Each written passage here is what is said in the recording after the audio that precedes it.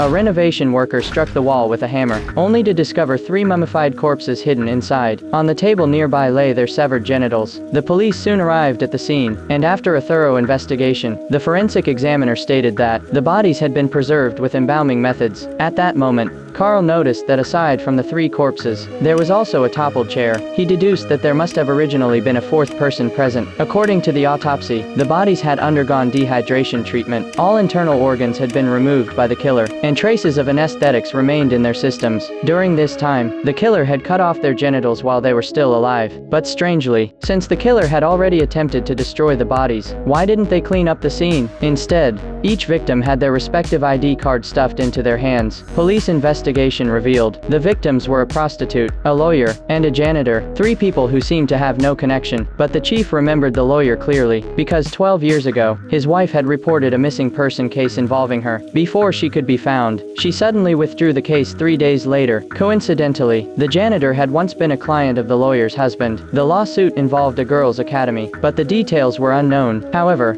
according to Carl's investigation, the prostitute, as well as a nurse who had fled, had all once attended that girls' academy for training. Clearly, all of them were somehow connected to the case. But for some reason, the academy had already been demolished years ago. Even the police only had fragmented records about it, spanning just 6 months. The island where it was located was remote, long neglected, and had poor transportation, so the residents had gradually moved away. But the appearance of a forest ranger broke the stalemate. On the surface, it appeared to be a women's academy, but in truth, it was a prison. Every woman sent there, without exception, was forcibly sterilized, and that was merely the tip of the iceberg in this hell on earth. What's even more ironic, this institution was fully supported by the government. Over the course of 24 years, nearly 10,000 women were stripped of their reproductive rights. Yet no one knew a thing. The forest ranger's aunt was one of them. She once sought help from a lawyer, but the court refused to take the case publicly. In the top-secret archives, the detective discovered that the 2 murdered women had previously accused the academist doctor of forcibly sterilizing them, but for unknown reasons, the case was left unresolved, and their defense lawyer was among those who had also been murdered. All signs pointed to that doctor, and now,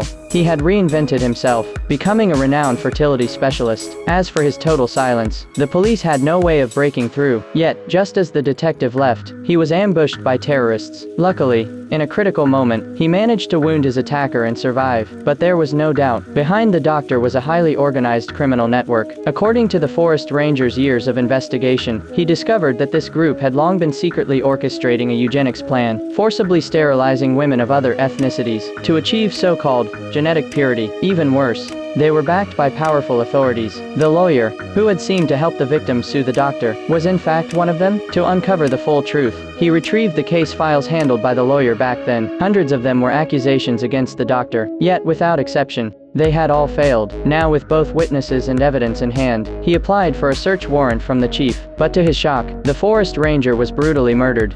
1961. Dogley Beach. After a moment of intimacy, a young couple is suddenly interrupted by the girl's father. The 2 are cousins, and at the time, such a forbidden relationship was seen as a grave transgression. As punishment, the father sends the girl to a women's academy, but this marks the beginning of her nightmare. The head of the academy is a doctor. On this isolated island, returning home safely depends entirely on his word. Any hint of defiance from the girl is met with relentless abuse. After being doused with ice-cold water, she is taken to the infirmary by a nurse. Her roommate seems kind and warms the girl's heart, but little does she know, beneath the gentle exterior lies a venomous soul. The roommate forces her to drink datura, a powerful hallucinogen. If she refuses, she is beaten without mercy. But when the girl discovers she's pregnant, the roommate suddenly urges her to escape. Though hesitant, the girl, desperate to protect her unborn child, decides to take the risk. Unbeknownst to her, she's fallen into the roommate's trap. Escaping this place doesn't come without a price. The girl has no choice. Meanwhile, the roommate calls the doctor and falsely accuses her, hoping to earn credit and secure her own release. The doctor agrees to let her go, but instead, sells her to a brothel. Tragically, not only is the baby forcibly aborted, but the girl is also sterilized. Years later, after the incident is exposed by the media, the women's academy is finally shut down. But even after escaping that hell, the scars the girl bears can never be healed. For years afterward, she seeks legal help to bring her case to court, but on the day of the trial, her lawyer betrays her, having taken a bribe to defend the doctor. Because the academy was a government-supported project, and powerful figures stood behind it, even getting the case accepted was near impossible. impossible. The girl has no choice but to disguise herself as a cleaner, slowly gaining the nurses' trust. And one day, during a gathering, she kills them all, but to her dismay, the doctor never showed up that day.